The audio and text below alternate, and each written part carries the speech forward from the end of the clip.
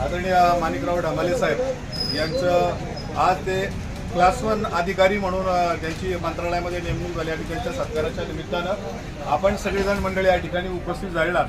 खरं तर आपण बऱ्याच आता इथं बरीच मंडळी ही बऱ्याच वेगवेगळ्या भागामध्ये फिरणारी आहे. माझ्यासारखा छोटा कार्यकर्ता सुद्धा काही तालुक्याच्या बाहेर फिरत असतो आणि फिरत असताना ते म्हणतात की कडूसगाव लय मोठं आहे राव, तुमचं गाव फार मोठं आहे, पण या गावात क्लास 1 ऑफिसर कुठे आहे? यापूर्वी कोण होतं का? आठवते कोणाला? मला हा प्रश्न सातत्यानं विचारला जायचा की तुमचं गाव मोठं आहे, तुमच्या गावात क्लास 1 ऑफिसर दाखवा. पुढारी 50 असतील आणि आज आपल्या गावात मी छाती ठोकपणे सांगतो की आमच्या गावात एक क्लास 1 ऑफिसर आहे, त्यांचं नाव माणिक ढमाले साहेब. म्हणजे ही आपल्या गौरवाची अत्यंत मौलिक गोष्ट आहे. आणि मला वाटतंय की आता शाळेमध्ये विद्यार्थ्यांपुढं आता काय होतं, हे फ्लेक्स लागतात, बॅनर लागतात आणि याच्यामध्ये मुलांसमोर आयडॉल म्हणून कोण जातं, तर कुणीतरी आमदार जातो, कुणीतरी चेअरमन जातो, कुणीतरी पंचायत समितीचा जातो, कुणीतरी विधानसभेचा जातो, कुणीतरी झेडपीचा जातो. पण हे खरंच आदर्श विद्यार्थ्यांसाठी असू शकतात का? तर त्याच्या पलीकडे जाऊन विद्यार्थ्यांच्या पुढे जर आदर्श उभे करायचे असतील तर माणिक ढमाले साहेबांसारखेच विद्यार्थ्यांसमोर आदर्श उभे करावे लागतील.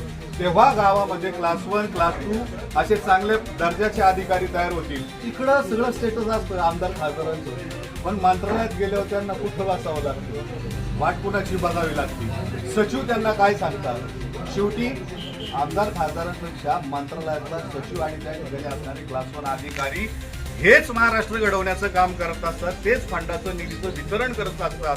आणि मला असं वाटतं ही वितरण करण्याची जबाबदारी आपल्या पांडुरंगाने आज माणिक ढमाले साहेबांसारख्याकडे दिलेल्या व्यक्तीकडे नक्कीच आपल्या गावाला त्यांच्या माध्यमातून न्याय मिळाल्याशिवाय राहणार नाही, ज्याची मला पुरेपूर खात्री वाटते. आणि मी या निमित्तानं ढमाले साहेबांना एकच विनंती करेल की आपल्या गावातील क्लास 1 ऑफिसर म्हणून आज कडूस गावाच्या इतिहासामध्ये पहिलं नाव तुमचं आवर्जून घेतलं जाईल.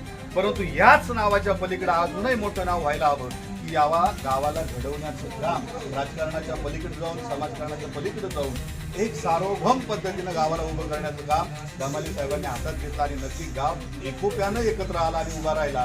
आणि तो कुणाच्या माध्यमातून घडला तर ढमाले साहेबांच्या माध्यमातून घडला, असाही इतिहास लिहिला जावा अशीच अपेक्षा या ठिकाणी व्यक्त करतो. पुन्हा एकदा तुम्हाला मनपूर्वक शुभेच्छा देतो. प्रथमतः त्यांचे मी या ठिकाणी कडूस ग्रामस्थांच्या वतीनं मनापासून अभिनंदन करतो.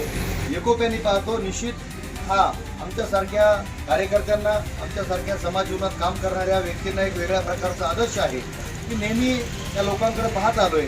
एकमेकाच्या सुखदुःखामध्ये सहभागी व्हायचं कसं, कौटुंबिक अडीअडचणीमध्ये, प्रशासकीय काही अडीअडचणी असतील त्यामध्ये एकमेकांना मदत कशी करायची, हे या मित्र परिवाराकडनं आम्ही शिकत आलोय.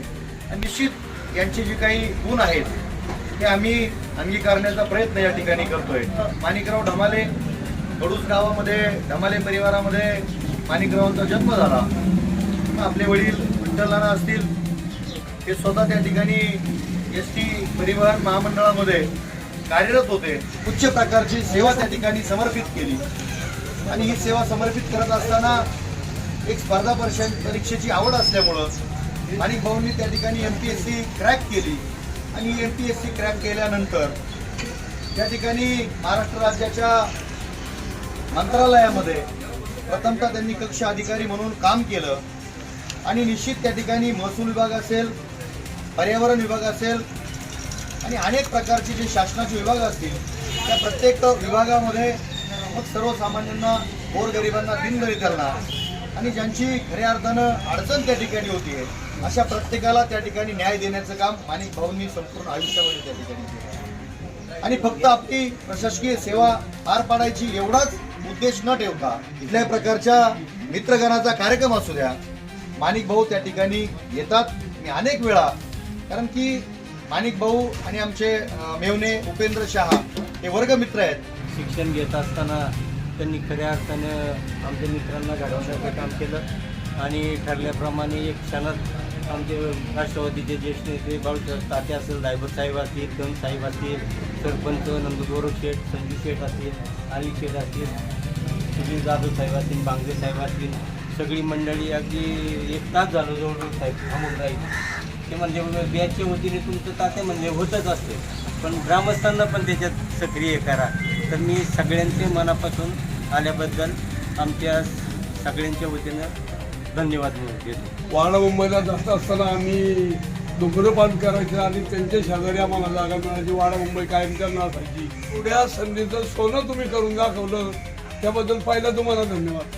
की ह्या गावाच्या बद्दल किती सांगितलं तर तुम्ही आता हिरे ह्या जन्माला आले, काही हिरे होऊन गेले पण काही कोळशेच्या पोत्यात राहिले, पण तुम्ही हिरे आता ह्या गावाकरता वाटले. त्या गावाचं काय कर्तृत्व असं नाही तुमच्या काळात आमच्यापर्यंत आम्ही अज्ञान असताना आतापर्यंत तुम्हाला करून ठेवलंय. आता ह्या पिढीनं तुम्हाला काय योगदान लागण आहे तुमच्याकडे यावं, तुम्हाला विचारात घ्यावं आणि ह्या गावाचे काय असं नसत आम्ही तुमच्या सदैव तुम्ही पाठीशी राहावं. आणि तुम्ही मुंबईहून जेवढ्या रेल्वेनी घाटानीवर पाहिजे तेवढं आणावं एवढीच विनंती करतो. माझं वाचन थांबलं. शासन अधिकारी उच्च पदावर निवड झाल्याबद्दल आपण सर्वजण उपस्थित राहिल्याबद्दल सर्वांचे स्वागत करते आणि त्यांना खूप खूप मनापासून शुभेच्छा देते. आणि तुमची एवढी मोठ्या पदावर निवड झाली तर गावाची खूप अभिमानाची गोष्ट आहे.